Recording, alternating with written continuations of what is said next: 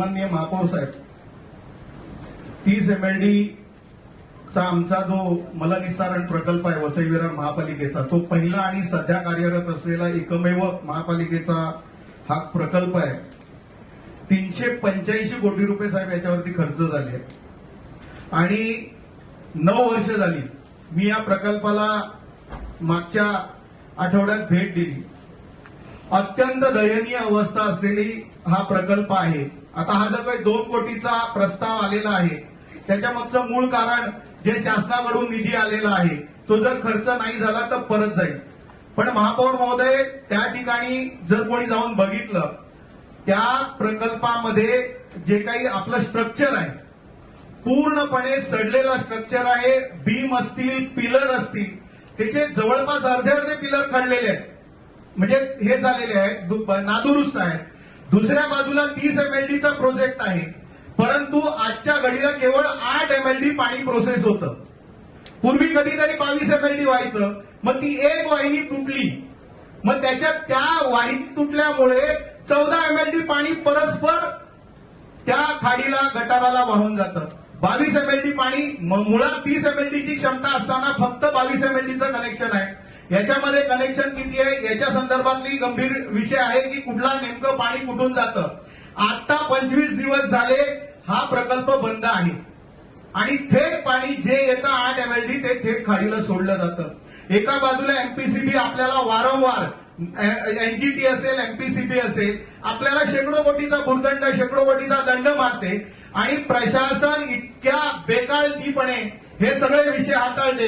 आता त्या दिवशी आपण जर 8 MLD पाणी जरी प्रोसेस होत असतं तरी त्याच्यामध्ये साधारणतः त्या 8 MLD मध्ये आपण जो काही आपल्याच लॅबोरेटरीचा रिपोर्ट आहे त्या रिपोर्टमध्ये सांगितलेलं आहे की त्याच्यामध्ये जो टीएस असेल किंवा टीएसएस असेल, त्याच पद्धतीने सीओडी असेल किंवा बीओडी असेल, याचं जे प्रमाण दिलंय त्या प्रमाणानुसार तो जो गाळ आहे, ओला गाळ म्हणजे आपण स्लज म्हणू, ते किमान 2 टन असायला पाहिजे पर डे. ते 5 किलो निघते. 5 किलो म्हणजे पाणी प्रोसेस होत आहे का? बिलकुल होत नाही. तर ते 2 टनाचं साधारणतः आपल्याच रिपोर्टच्या नुसार जर कॅल्क्युलेशन केलं तर किमान 2 टन स्लज व्हायला पाहिजे. आणि हे वेट स्लज सुद्धा याला मार्केटमध्ये व्हॅल्यू आहे.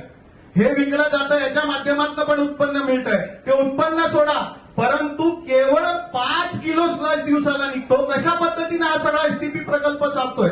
दुसऱ्या बाजूला त्या ठिकाणी म्हणजे कुठला हा कन्सल्टंट होता की ज्यांनी 50 वर्षाचा आरसीसीचं स्ट्रक्चर असायला पाहिजे, किमान 30 वर्षाचा बिल्डर जे आपले स्टँडर्ड आहेत ते म्हणतात. 9 वर्षामध्ये तो संपूर्ण प्रकल्प सडलाय. महापौर साहेब, आपल्याला विनंती आहे की आपण त्याला प्रत्यक्ष भेट द्यावी.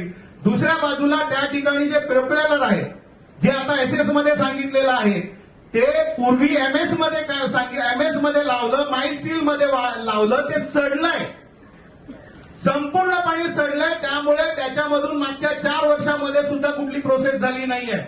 आपल्याकडे एसटीपी प्रकल्पामधून 3 प्रकारचं पाणी ट्रीट होतं, प्रायमरी, सेकंडरी आणि टर्शरी. टर्शरी तर खूप भाग, लांबचा भाग आहे. प्रायमरीमध्येच पाणी सगळं जातं, ना स्लज निघत आहे ना ते सगळं सडलेलं आहे.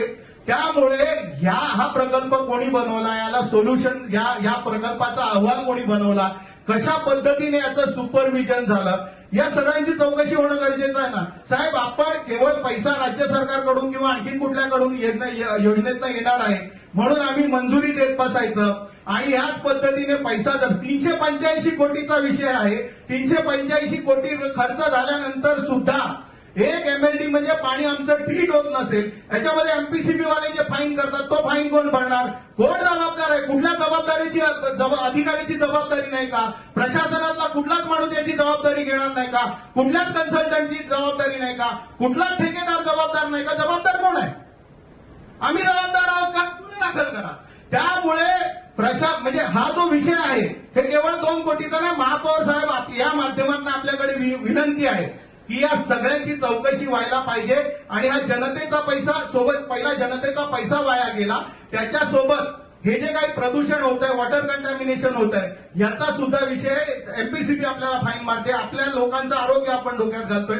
त्यामुळे याची सखोल चौकशी व्हावून याची निघावी आणि संबंधितांवर कारवाई व्हावी अशी आमची मागणी आहे. धन्यवाद.